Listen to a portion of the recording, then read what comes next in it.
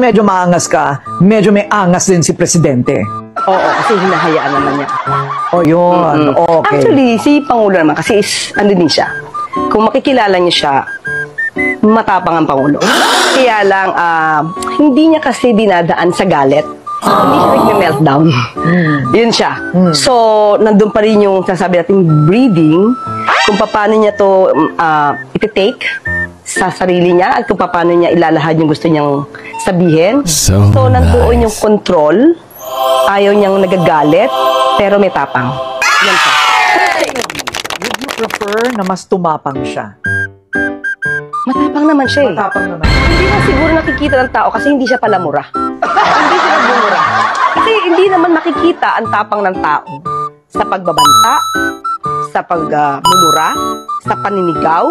Hindi doon makikita ang katapangan ng tao kung paano siya mag-lead at kung paano umaandar ang gobyerno at yung mga tao niya. Doon makikita kung maganda.